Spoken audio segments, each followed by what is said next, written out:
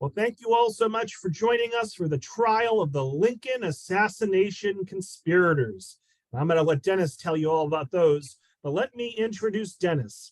So Justice Dennis J. Curran served as a Massachusetts trial judge for 15 years. He is a graduate of Boston Latin School and received his bachelor's and master's from the University of Pennsylvania and his law degree from the University of Virginia. Justice Curran's lifelong passion has been history. He was elected a fellow of the Massachusetts Historical Society and is a member of the Board of Advisors of the nationally respected Lincoln Forum, whose board includes noted authors Doris Kearns Goodwin, presidential historian Michael Baschloss, and filmmaker Ken Burns. Dennis was featured last year on a C-SPAN 2 history panel on the subject of Lincoln as a statesman, and he returns to the Lincoln Forum this fall to present the latest scholarly findings on Lincoln's heritage.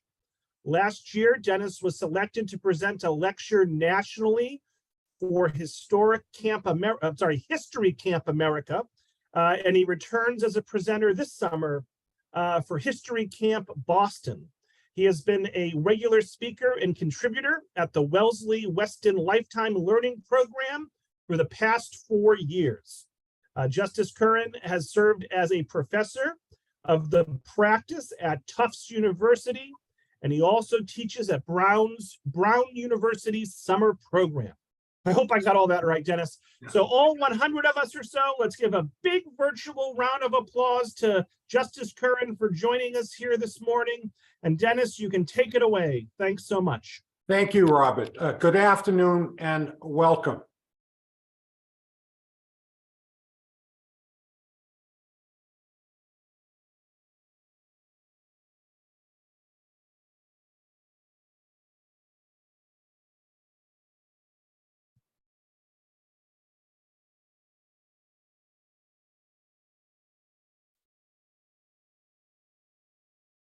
When assassin John Wilkes Booth fired the gun that killed President Abraham Lincoln, there were many fingers on that trigger.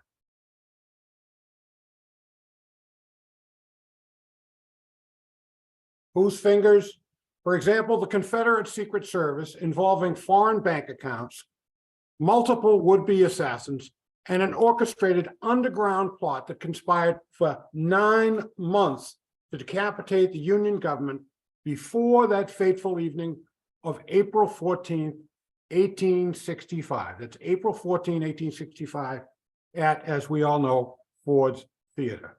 Now, the idea that John Wilkes Booth shot the president, jumped onto the stage, and acted alone is only one small chapter of a much larger story. So let's start by exposing some myths in that story. Booth acted alone and was mad. A myth. Dr. Samuel Mudd, who set Booth's broken legs just 6 hours after the assassination, was an innocent country doctor who was simply fulfilling his Hippocratic oath. Myth.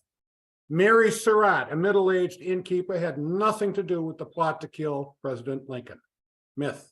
And the Confederate Secret Service had nothing to do with the assassination. Also a myth.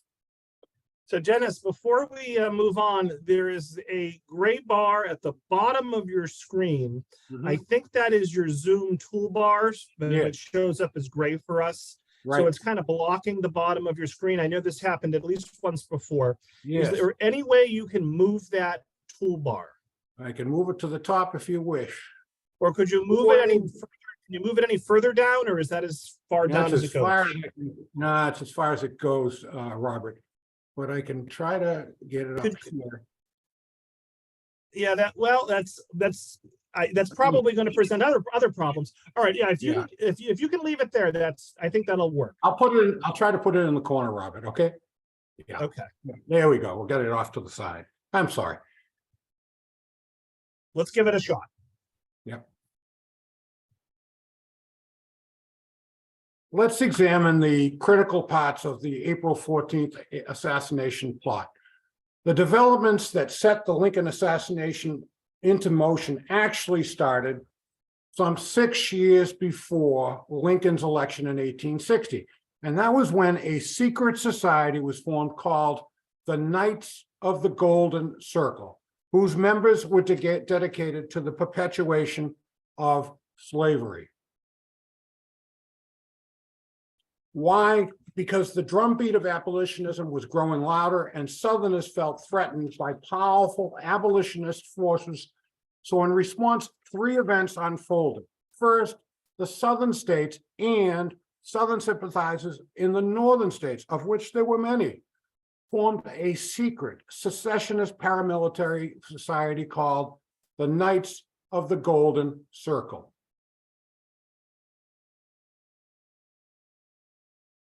And this is their secret coin. You see, their original plan was to annex what they called a golden circle of territories, this as shown in this map, in northern Mexico, Central America, and the Caribbean, and transform them into slave states. 3 years later, they changed their objective. They wanted a separate confederation of slave states, with states south of the Mason-Dixon line seceding from the Union. Their goal was to increase the power of slave-holding upper class in the South so that their power could never be dislodged. Now, why is this important? Because the Knights of the Golden Circle eventually spawned this group. That's right. Now, the Knights was no idle organization. James Buchanan was the president before President Abraham Lincoln. Several members of Buchanan's cabinet were, in fact, members of the Knights of the Golden Circle, including Buchanan's own Secretary of State,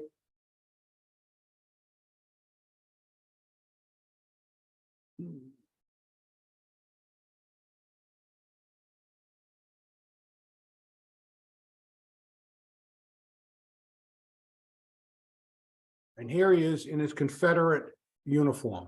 Also his Secretary of the Treasury.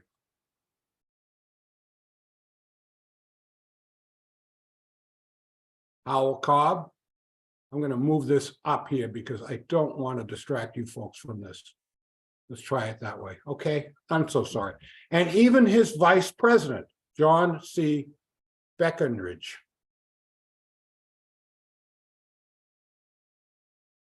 Now, to expose the hidden loyalties of Buchanan's Vice President Breckinridge, we need only look at the following photograph, showing him wearing what? A Confederate general's uniform during the Civil War. The Knights of the Golden Circles were treasonous. They, in anticipation of the Civil War, conspired with Buchanan's Secretary of War to move federal troops and munitions to the South toward the end of Buchanan's presidency. Their plan to leave the North defenseless. John Wilkes Booth was so enraged by Lincoln's election in November of 1860 that he joined the Knights of the Golden Circle. Now, Booth was the son of a slave-owning family in Maryland who viewed Lincoln as an abolitionist and wrote at the time an impassioned pro-Southern speech when he joined the Knights. And in it, he ranted, "The South cannot live while the Republican principles still exist. If abolition principles are not entirely swept away, they'll burst forth with redoubled horror. Now that we have found the serpent that maddens us, we should crush it in its birth." Now, what do you think he was talking about?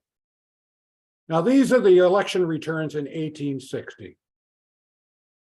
And I want to draw your attention to the percentage in that top category where it says Abraham Lincoln. We need to remember that only that Lincoln was elected president with just 39.8% of the vote. This shows how deeply divided the country was. And by the time Lincoln was inaugurated, 7 states had already seceded from the Union. The history books have it wrong. There were actually 3 plots that John Wilkes Booth was involved with to kill or kidnap Abraham Lincoln. We start with the Baltimore plot. In Lincoln's time, the date of the presidential assassination and inauguration fell not on the 3rd Monday in January, as it does today, but rather the 1st Monday in March by law. And that meant that Lincoln's inauguration, even though he was elected in November of 1860, had to wait for a good number of months until March 4th of 1861. So let's look at what was going on behind the scenes in states that had strong Southern sympathies. On February 11th, 1861, about a month before his inauguration, and 3 months after his election, Lincoln boarded a private train in Springfield, Illinois, on the left-hand side of our screen, to travel to Washington City for his inauguration. Now, this is a map of Lincoln's itinerary. It was a whistle-stop tour that covered 8 states, during which Lincoln gave speeches at 70 northern cities and towns over this 1,900-mile journey. He was seen by over 1 million people. As his train was making its way across the country, America's first private detective, Allan Pinkerton, was running an undercover operation in New York City. You see, he had been hired by the president of the railroad company that was carrying Lincoln to Washington. The railroad president was concerned that the train or its tracks might be sabotaged, or some violence would befall Lincoln during his trip. Now, during Pinkerton's investigation, his detectives discovered startling evidence of a conspiracy to assassinate Lincoln during his next to last stop in Baltimore. Folks, we're talking about 1861, 4 years before Lincoln was eventually assassinated. The city of Baltimore, you see, was a hotbed of Southern sympathizers, which included its own mayor and its own police chief. A completely separate undercover operation was being run by a New York City police detective whose superintendent in New York had ordered him to go to Baltimore and find out what was going on. He too separately concluded that there was a plot in Baltimore to kill Lincoln on his way into Washington. Soon, 4 other reports streamed into Private Detective Pinkerton of a carefully devised plan to assassinate Lincoln when he arrived in Baltimore. Pinkerton briefed his client, the railroad president. He reported that he had, quote, no doubt, end quote, that there would be an attempt to assassinate Lincoln and his aides in Baltimore. The plotters knew that Lincoln was completely vulnerable at a particular point when he arrived in Baltimore. Where was that point? Well, you see, the northern railroad line on which Lincoln was traveling ended in Baltimore. And Lincoln then had to walk over a mile or take a carriage to another railroad station to board a different trail. We didn't have Amtrak in those days, a different train line heading south. They were all privately owned. And it was during that mile trek that the Baltimore conspirators planned and were poised to strike. Suspiciously, Baltimore's police chief told Pinkerton that there was no need for a police escort for Lincoln when he left one train line and proceeded through congested streets to board a train on a different railroad line.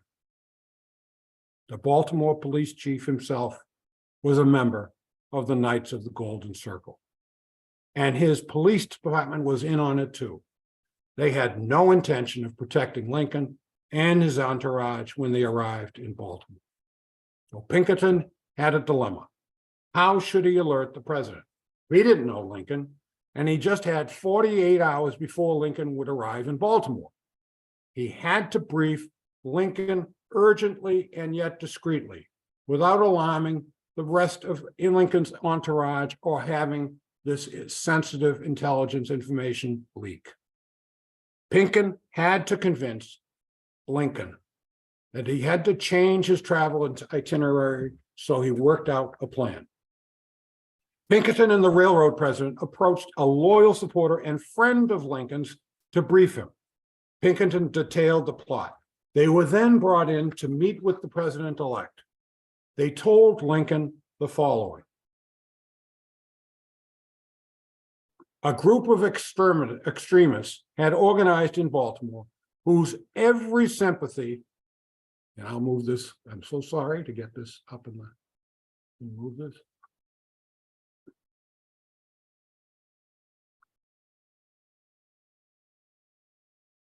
There we go.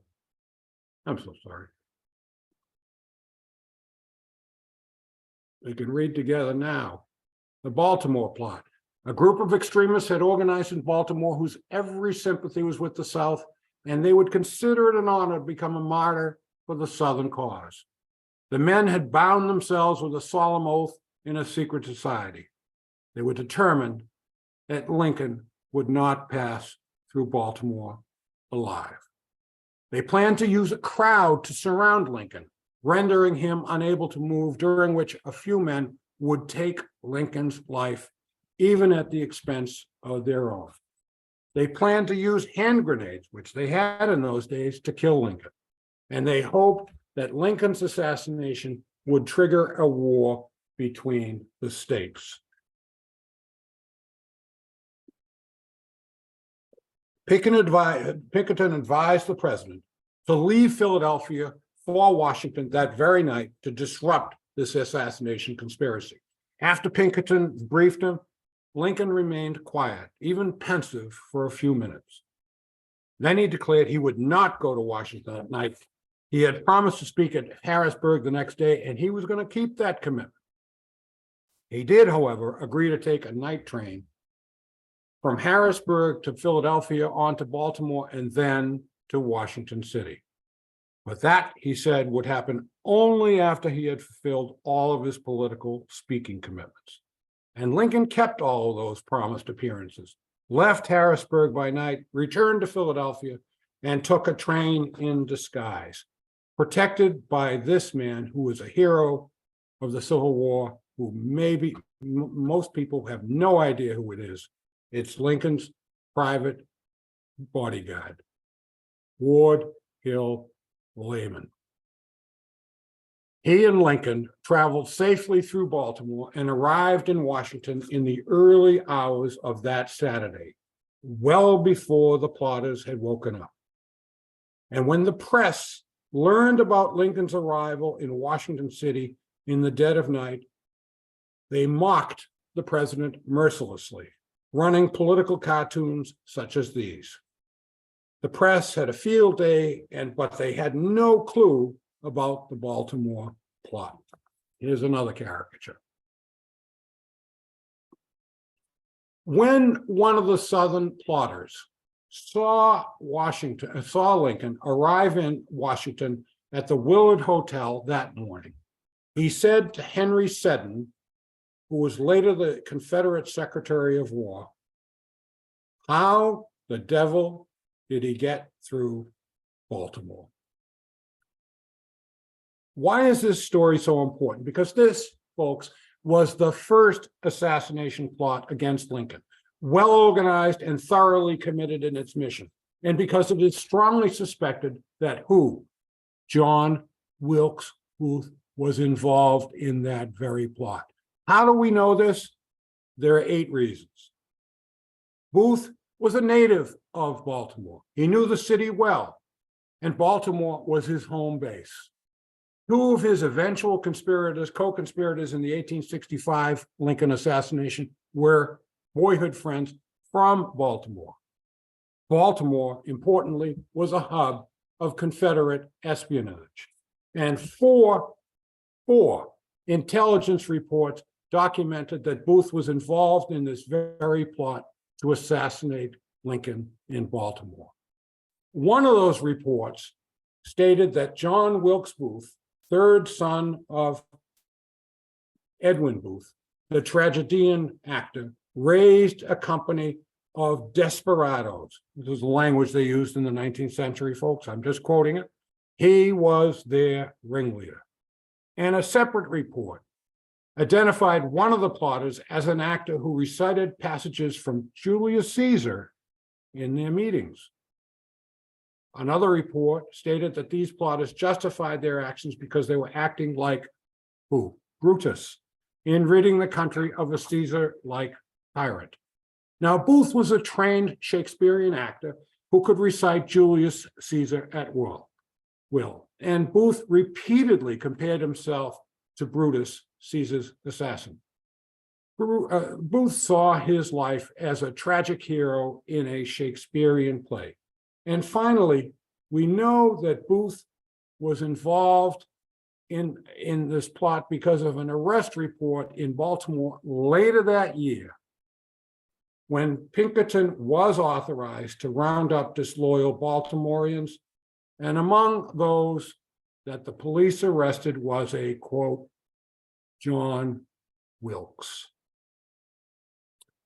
which he often went by. John Wilkes Booth was involved in at least 2 other attempts at Lincoln's life. We turn now to the second attempt on Lincoln. It is now 1864, and the Civil War is raging.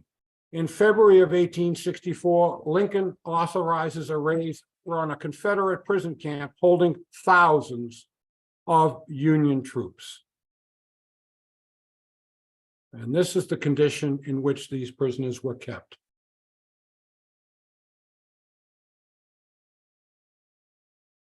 The purpose of the raid was to free thousands of Union soldiers who had been held in inhumane conditions. Now, this prison camp was located just south of Richmond, which was then the capital of the Confederacy. Enter into our story Colonel Ulrich Dahlgren.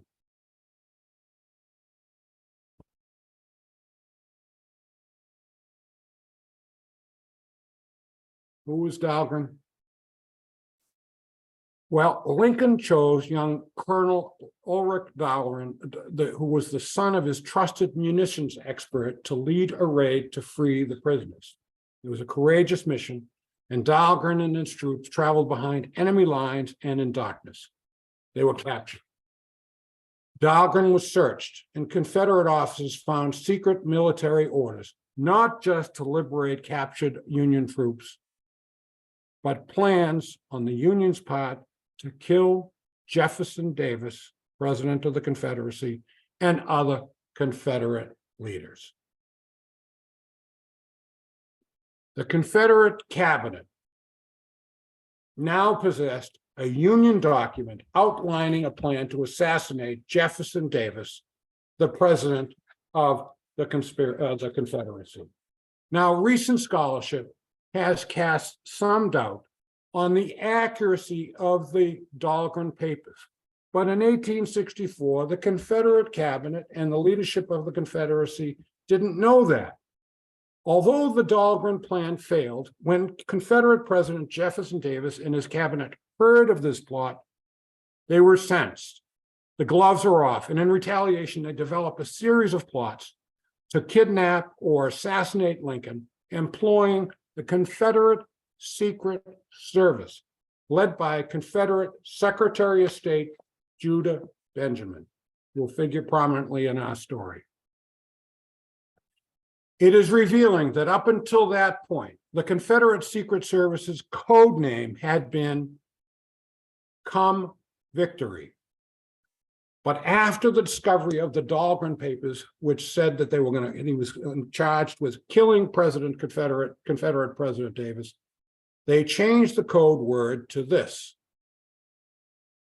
Come Retribution. And this new name suggests that the Confederate leaders were beginning to realize that the war was lost and instead began to focus on exacting revenge against Northern Union leaders, including President Lincoln. So the Confederacy retaliates by a series of terrorist acts against the North. Northern cities, including New York City, were targeted for birding. Shirts infected with yellow fever were gifted to President Lincoln. These conspirators even planned to blow up the White House. The Dahlgren papers led to the second attempt on Lincoln's life. And here is the background to that. During several summers of his presidency, Lincoln actually lived not at the White House, but several miles away, northern Washington, at the Anderson Cottage, this beautiful building, which was located on the grounds of the Soldiers' Home. The cottage was located on a hill that overlooked the city. The air was fresh and clean, in contrast to this. The swamplands of Washington, the foul summer odors emitted from the steamy Washington swamps around the White House. And by the way, I must tell you that this is how the Anderson Cottage looks today. Been beautifully restored. It's a wonderful tourist attraction if you ever take your kids or grandkids to Washington, D.C. It's very easy to get, very, very easy to get to. It's a beautifully restored building, and they didn't really change it too much from when Lincoln's time.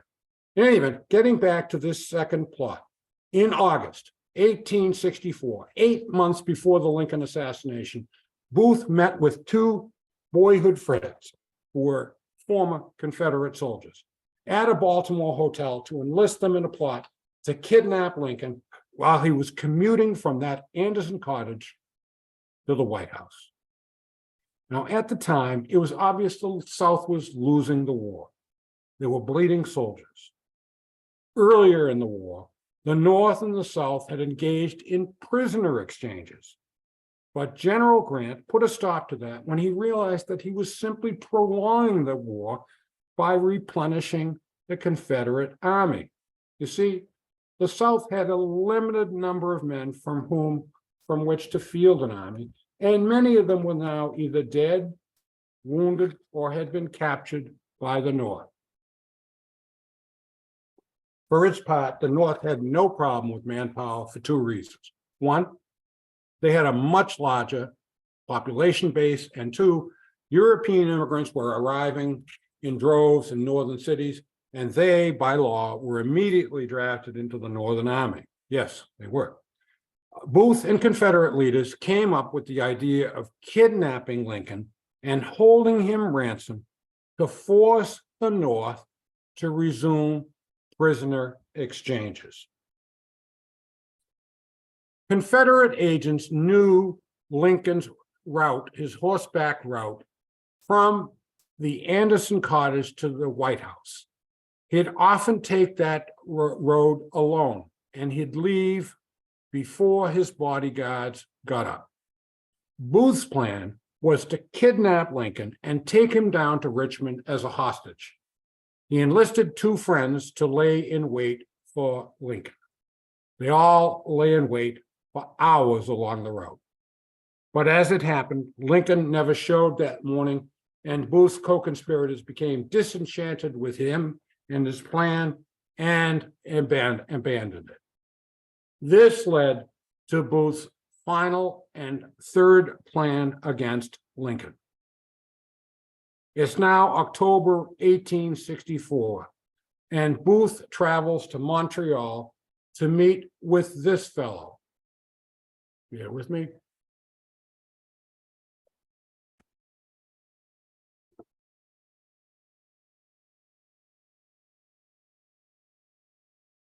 Let me put it in front of me. Patrick Charles Martin, the head of the Confederate Secret Service. Martin helped, let me just get back to this.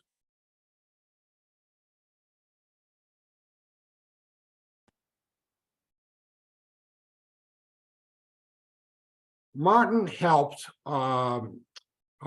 Booth by furnishing him with two letters of introduction to leaders of the Confederate underground in Maryland. And why am I showing Dr. Samuel Mudd?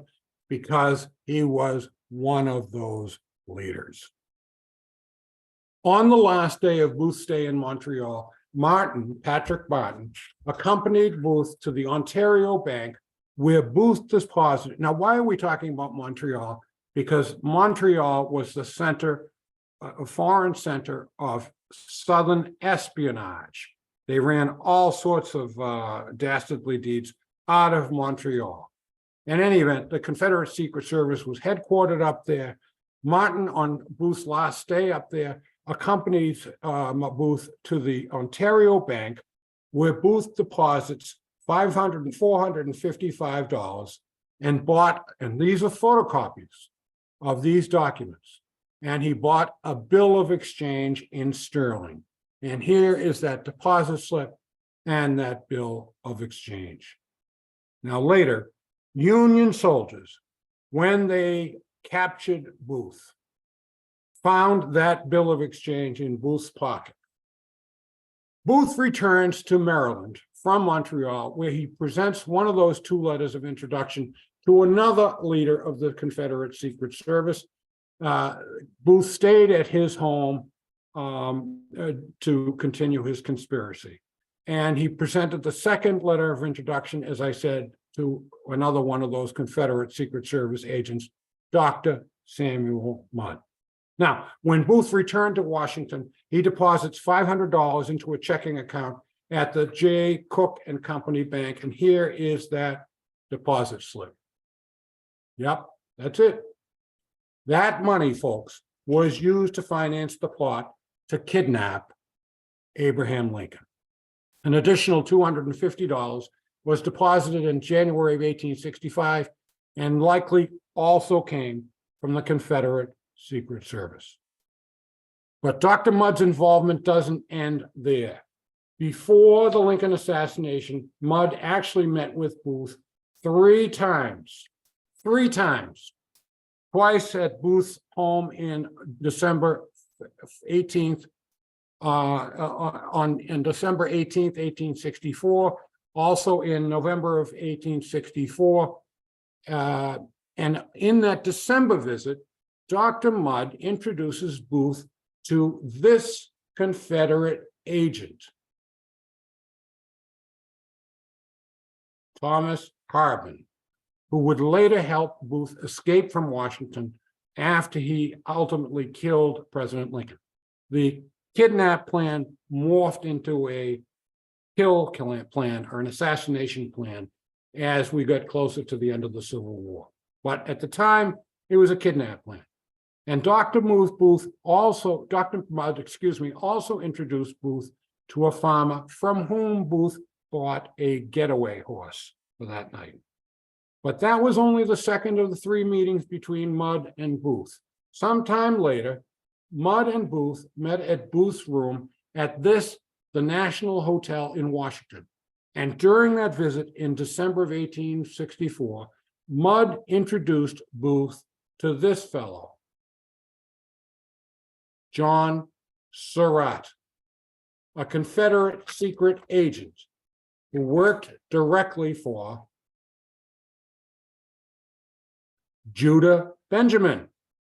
As you saw from before, the Confederate Secretary of State. Surratt quickly became a member of the conspiracy and recruited at least three more people into the conspiracy. And here's how the conspirators spread out on a chart. So let's move on to the nest that hatched evil, the multi-headed final assassination plot aimed at Lincoln. The conspirators met frequently at this person's boarding house, Mary Surratt, mother of one of the conspirators, John Surratt. That's her rooming house in Washington. I must tell you, parenthetically, I visited that with my family, although they were a little bored by my digression in Washington to see it. It is now, believe it or not, a Chinese restaurant. You can't make this stuff up. And she also, Mary Surratt, also owned a tavern outside of Washington not far in Maryland, where the conspirators were to meet up after the assassination, and where Mary Surratt hid what they called shooting irons, guns, rifles, to help them in their eventual getaway. We now turn to the assassination. For President Abraham Lincoln, things looked brighter on Friday, April 14th, 1865 than they had for a long time. Now, that's Good Friday, by the way. 5 days earlier, General Robert E. Lee effectively ended the long nightmare of the Civil War by surrendering his army. The president decided he could finally afford an evening of relaxation, and he would attend a play at Ford's Theater. And here's the playbill for that. That particular evening was a charity benefit. It was the last night of the run of the play, Our American Cousin, the British play.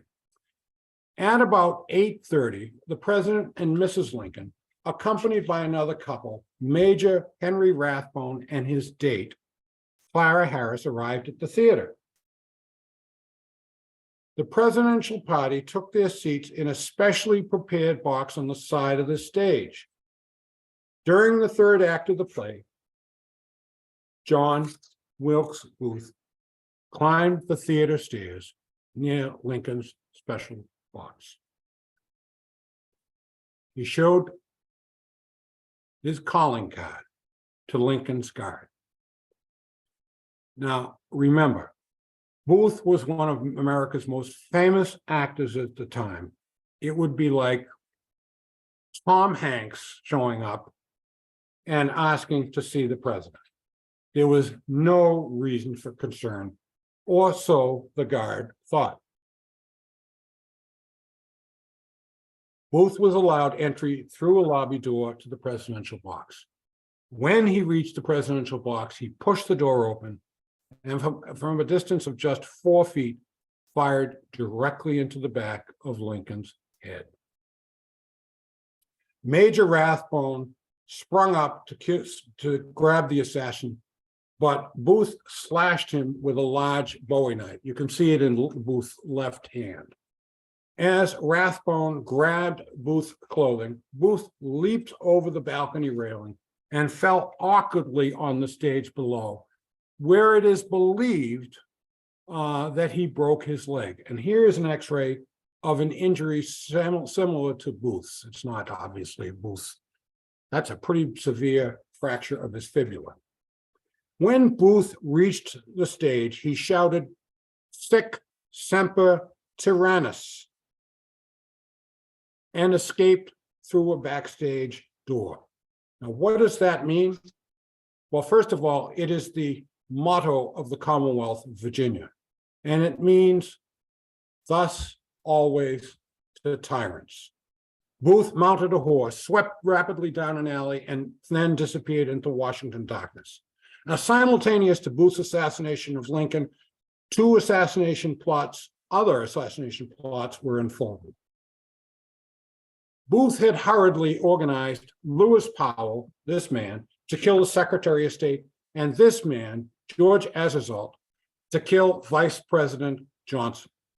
A third plot to kill General Grant failed when Grant and his wife, Julia, left earlier that day to visit their family in New Jersey. Now, I must tell you as a piece of little gossip, Mrs. Grant was only too delighted to decline the invitation to Ford's Theater. She found Mary Todd Lincoln to be insufferable. So, turning to the plot to kill Secretary of State Lincoln. At about the same time that both fired his fatal shot, as part of the same assassination plot, these two men, Lewis Powell and Davy Harold, arrived at the home of Secretary of State Seward. Now, remember that in the eyes of the South, it was Seward who was influential in producing the Emancipation Proclamation. And Powell, carrying a revolver and a 12-inch Bowie knife, pushed back a servant at Seward's door and was confronted by Seward's son.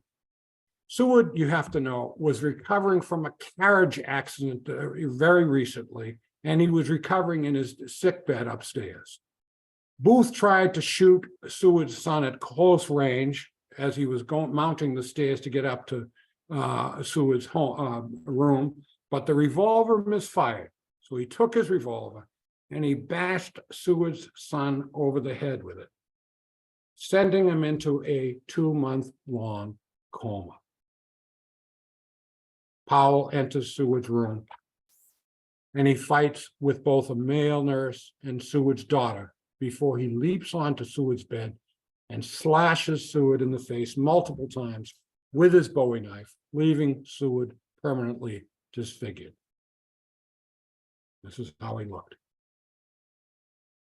And on his way out of the Seward's home, Powell fought with Seward's second son, and a State Department courier whose throat he slashed.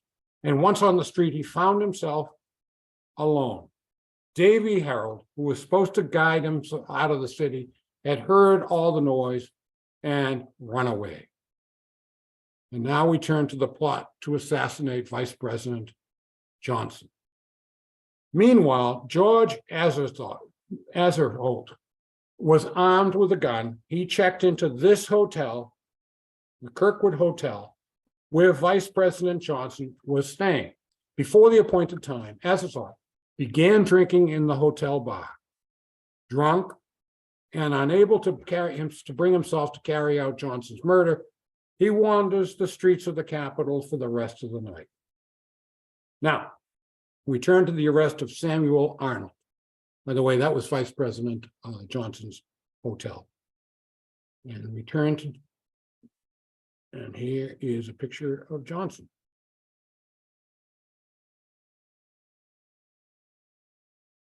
We turn now to the arrest. A manhunt ensues, as you can see, which we'll talk about in a moment. When arrested, co-conspirator Samuel Arnold identifies individuals he had met to plan the kidnapping of the president, which morphed, as I said, into an assassination plot when the South was losing, when Lee surrendered. At a meeting a month before the assassination, 7 men developed a plan to abduct Lincoln from the theater, take him to Richmond, and hold him there until the Union agreed to that prisoner exchange. Who were those people? Booth, Michael McLaughlin, George Ezra, John Surratt, and Lewis Powell, who you've seen, who used the alias Mosby. And after the assassination, police searched conspirator Azerhout's hotel room and discovered the following: a loaded revolver, a large Bowie knife, a map of Virginia, and a bank book in the name of John Wilkes Booth. A manhunt ensues to capture Booth. Union soldiers track him down to the Maryland farm of Dr. Samuel Mudd. They interrogate Mudd, but Mudd falsely denies knowing who Booth was, who he had just treated a couple hours earlier. He also tells Lincoln, the Union soldiers, that Booth was heading in a particular direction, meaning south, when actually Booth was heading east. 3 days later, military investigators returned to Mudd to search his home. Mudd's wife brings out a boot that had its top cut off from when Mudd had treated Booth 3 days earlier. And the name J. Wilkes appears on the boot. And Mudd becomes the 7th conspirator to be arrested. One conspirator who eluded capture for more than a year was John Surratt.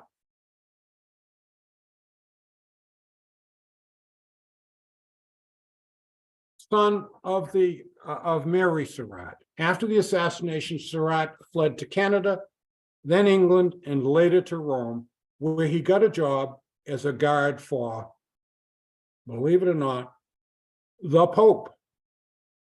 Surratt was eventually tracked down in Egypt, arrested, and brought back to the United States for trial in a civilian court in 1867. Booth eluded capture for 2 weeks, hiding in the woods of the Maryland countryside. He was finally cornered in a barn at the Garrett farm. He refused to surrender. The barn was surrounded, and Booth was shot to death. President Johnson considered a military tribunal as the forum to try the 8 suspects in the assassination cases. But Johnson's cabinet was deeply divided over whether a military tribunal was the appropriate forum to try the Lincoln conspirators. And here's a summary of the reasons for and against a military tribunal. an issue that persists to this day with the Guantanamo prisoners from Iraq. Now, that's the military tribunal, which was eventually convened, and we have the reasons. Let me see if I can move this.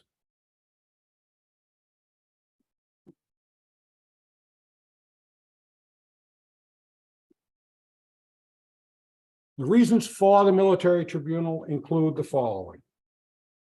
The civilian population of the city of Washington had strong Southern sympathies. Indeed, they had them during the entire Civil War, and some or even many of them had spied for the Confederacy. 2, pro-Union men were serving in the military. There were very few pro-Union men in the city of Washington at the time. The city was still operating under martial law. Martial law obviously takes precedence over civil law in appropriate circumstances.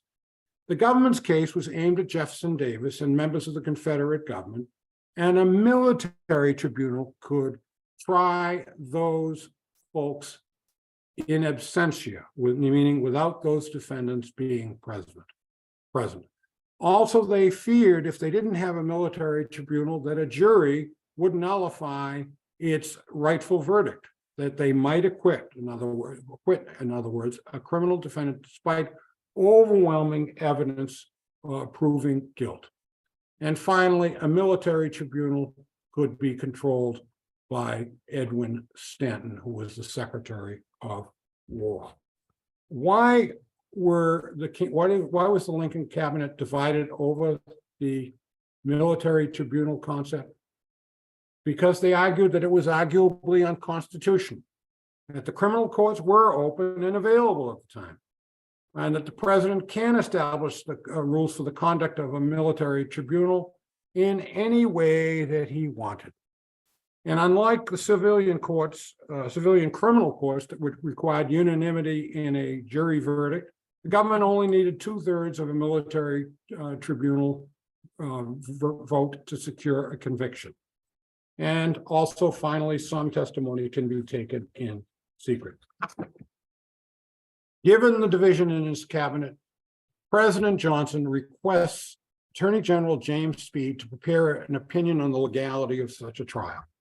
Now, Speed concludes that the use of a military tribunal would be proper, that an attack on the commander-in-chief before the full cessation of the rebellion constituted an act of war against the United States, making the War Department the appropriate body to control the proceedings. The tribunal heard evidence over 50 days from over 350 witnesses. Now, the War Department saw this trial as an opportunity to prosecute not only the 8 charged conspirators, but also Jefferson Davis and the Confederate Secret Service. Confederates, as you may remember, had plotted to destroy public buildings, poison the New York City public water supply, and even mount a biological attack. Prosecutors at that tribunal offered evidence to show that the conspiracy against Lincoln and the other high government officials began sometime in the summer of 1864. The head of the Confederate Secret Service was quoted in testimony as saying that the goal of the conspiracy was to, quote, leave the government entirely without a head by killing off not only Lincoln, but also Vice President Johnson, Secretary of War Stanton, Secretary of State Seward, and General Grant. And the evidence also showed that less than 3 weeks before the assassination, conspirator John Surratt visited the capital of the Confederacy, Richmond, and met with both Confederate President Jefferson Davis and his Secretary of State, Judah Benjamin. And the week before Lincoln's assassination, Surratt traveled to Montreal, the hub of Confederate espionage, and carried with him the final approval for Booth's assassination attempt. A witness testified that he was actually present at a hotel room in Montreal with the head of the Confederate Secret Service, where Surratt brought dispatches from Richmond, including a letter in code from Jefferson Davis. Confederate President Jefferson Davis' guilt was further established by a letter dated October 13th, 1864, discovered in Booth's possession. The letter was in code, but when deciphered, notified Booth that, quote, their friends would be set to work as he had directed, end quote. The letter was found to have been typed on a secret coding machine recovered from Confederate President Davis's office in Richmond, which, by the way, I must tell you, and parenthetically, I visited last fall. Modern scholarship has been able to determine that the plot to kill Lincoln had been approved and financed by the highest levels of the Confederate leadership, including its Secretary of State, Judah Benjamin, who was the brains behind the Confederacy and a trusted confidant of Confederate President Jefferson Davis. There can be little doubt that given Booth's activities in Canada, his receipt of monies from the Confederate Secret Service, and his alliance with John Surratt, Booth had acted as an agent of the Confederacy. Even Booth's own sister, Asia, described her brother in her memoirs as a spy whose work required extensive travel.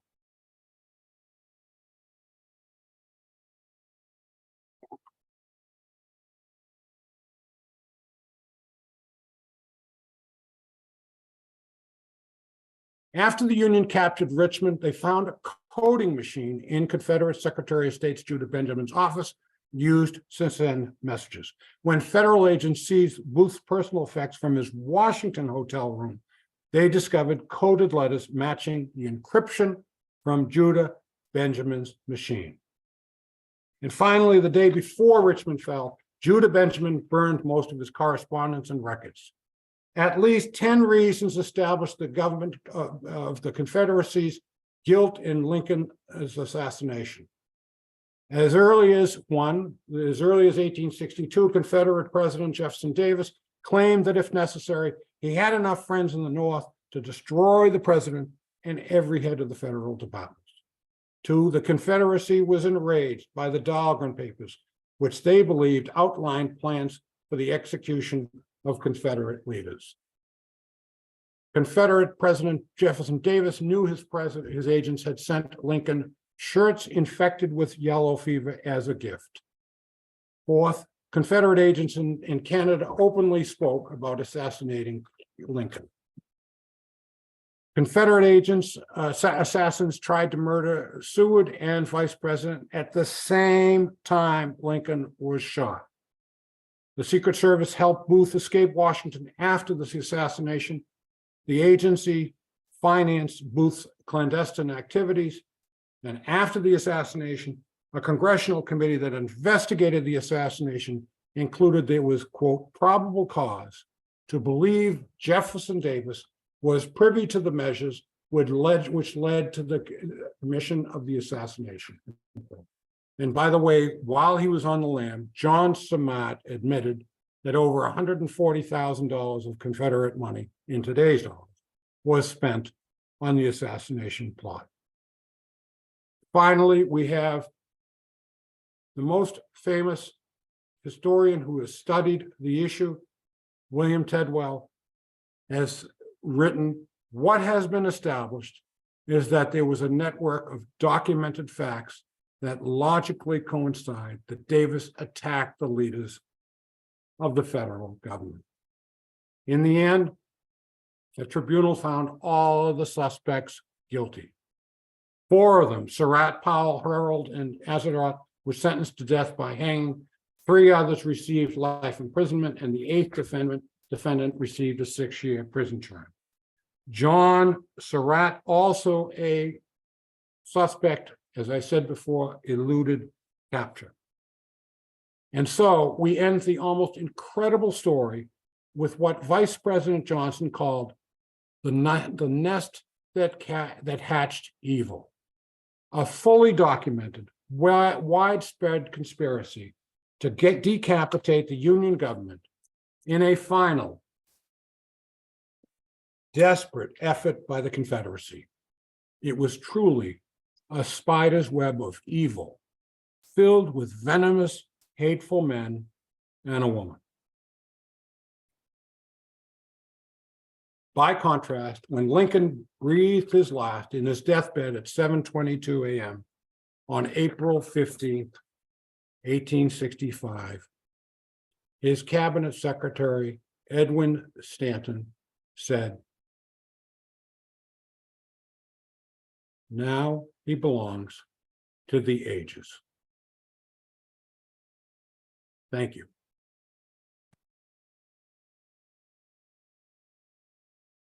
I'd be delighted to take any questions. All right, Dennis, let's take roughly 10 minutes of questions. Folks, let's give Dennis a big virtual round of applause for a wonderful job. Let's see here. Angelina said, very informative. Herb says, excellent presentation, but the bar is very annoying. We're going to work on the bar for next time. Agree. Daryl asks, was Judah Benjamin sought by the Union for justice? Judah Benjamin was one cute piece of work.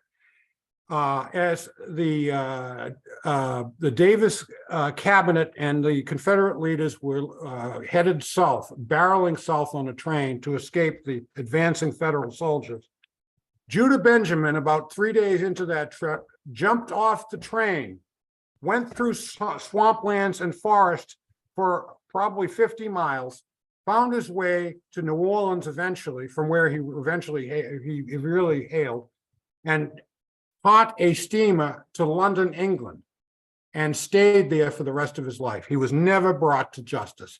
And weirdly, he became an expert in the law, and he had a famous treatise that he wrote in England. But no, he was the brains behind the Confederacy, but never held to justice. Thank you. Lucy says, fascinating. Jane says, this was excellent. Claudia says, this was very good. I didn't know most of this. Cynthia says, brilliant presentation. Thank you. Oh, Cynthia always says that. Okay, there you go. Just kidding. I don't even know who she is. Christopher says, why did the conspirators not also go after the Senate President pro tem, since he is the one who would have become president if both Lincoln and Johnson were killed? That's an excellent question. My understanding, and I could be wrong, is that he was sympathetic to the South. I could be wrong about that, but I think that was the game plan, is to install him as the president. Once you eliminate all these cabinet secretaries, we didn't have the presidential succession law in effect at the time. So I think he would have been the next in line. I think that was probably the game plan. Excellent question. Yeah, Elizabeth says, excellent presentation. Thank you. Barb says, wow, so much packed in. I did not know and will read more. Diana says, fascinating and very informative. An anonymous attendee asks, do you find any movie depictions accurately representing the investigation and the trial of the conspirators? I'm particularly thinking of Robert Redford's The Conspirator, which sympathizes with Mary Surratt's efforts to protect her son and even hints at her innocence, even though she is hanged. No, there's no, I agree with that assessment of Redford's movie, which I liked. You know, even if it's a bad movie about Lincoln, it's still a good movie to me because I just like anything about Lincoln and particularly the assassination plot. But the better book to read there, if I haven't already, I will send, see these books behind me here? I will send, these are just a sampling of my Lincoln assassination collection. And I will send to Robert as soon as I get off this this presentation, a list of those books. There's some excellent books about the assassination. The book that I would recommend is... You did send me some sources that I will pass along. Yeah. Fine, thank you. Several people asking about Jefferson Davis. Diane asks, what became of Jefferson Davis at the time? Was Davis being accused of being part of the plot? And Ron wants to know what follow-up action was taken against Davis, if any. He was never tried. I think, you know, I can only speculate. I mean, they did capture him, but he was never brought into a court. I think at that point, the North, after some months, just lost its heart for retribution. I think that's really what it boiled down to. And interestingly,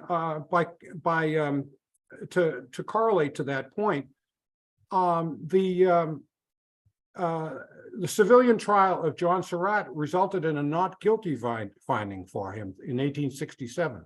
It just seemed that the country just wanted to move on. It was so distasteful an affair. They just didn't want to dredge up the Civil War anymore, and they were just trying to get on with their lives. That's my speculation. I can't figure it out otherwise. Patricia has toured the Lincoln Summer Cottage at the Soldiers' Home. Cool. It's a great place to visit when you're in DC. Yeah, thank you. Yeah. Deborah notes that she learned none of this in her history class in both high school and college. She wished she had. Let me see here. Marion asks, did President Buchanan's staff or members of cabinet send munitions to the South, or was it just a plan? This was a very interesting lecture. Thank you. I missed the beginning of it. No, it wasn't an accident. They knew exactly what they were doing. I mean, the drumbeats of a war were beating pretty badly, and it was just a matter of time before the whole thing was going to explode. So that was a very concerted effort. They knew exactly what they were doing. We're going to take two more questions, and then Robert has to go upstairs and cover the reference desk. Christopher asks, I understand the news of Lincoln's murder was met with horror in the South out of fear of retribution.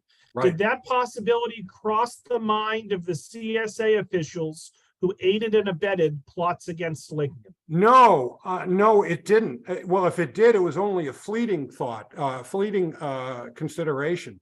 They would just, you know, when people get so mad at Lincoln, they just want to do anything and they don't think about any consequences. That's really what it boiled down to. They hated Lincoln, hated him. We love him. I love him. Huck says, were the women conspirators hung? And a follow-up question from Joe, wasn't there objections to Mary Surratt's hanging? There was an objection. 4 of the 9 military tribunal members wrote an impassioned plea to President Johnson to commute her sentence to life imprisonment. President Johnson just wanted to get the thing over with. Edwin Stanton was vehemently opposed to any consideration for Mary Surratt. Mary Surratt, to answer the first question, was the only woman who was involved in the conspiracy. But I've visited her lodging house and her rooming house as well. And there's no way that she did not know about that plot. There absolutely is no way. The house in which the conspirators met, the little dining room where she served them and everything, was very small. She was in and out of there all the time. So folks, let's give Dennis a big virtual round of applause. Dennis will be back with us in 3 weeks on Saturday, June 10th at noon to talk about the trial of Lizzie Borden. So very much looking forward to that one. Dennis, any last words before we wrap it up? No, yes, I do have a last word, and that's for Robert. A virtual round of applause for Robert, because he does. I've never seen a library with more activities and a more robust program than this guy puts together for Tewksbury. We are all, as members of the public, enriched. I'm on his email list because I was just so curious as to all the stuff that he does. There's something going on virtually every day of the week. Every day of the week. By the way, Dennis, I'm going to show off my JFK bust. I see your Lincoln bust in the background. So, so folks, look for an email from me later today, feedback survey, recording, and information about some other upcoming virtual programs. Plus, Dennis provided me with too many handouts, and I'm going to provide them all to you. They include various sites that he sourced and all sorts of resources that you can follow up on. So that'll be included in the email as well. So thank you all so much. And I hope everyone enjoys the rest of their day. Stay dry. Thank you, Robert. Yep. Bye-bye.